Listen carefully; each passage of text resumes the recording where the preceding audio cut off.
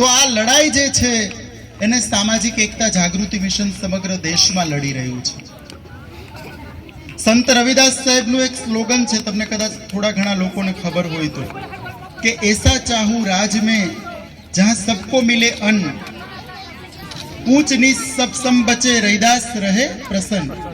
એમણે એવું કીધું કે હું એવું રાજ ઈચ્છું છું આ દેશની અંદર કે જ્યાં ઊંચ નીચનો ભેદભાવ ખતમ થઈ જાય.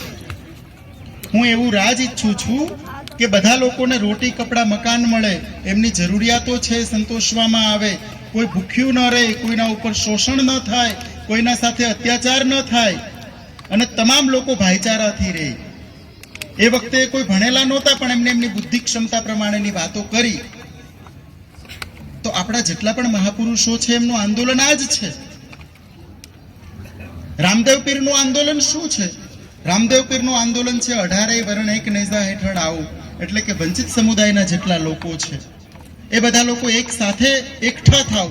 અસ્પૃશ્યતા નિવારણ માટે એમણે આંદોલન ચલાવ્યું, આભડછટની મુક્તિ માટેનું આંદોલન ચલાવ્યું છે.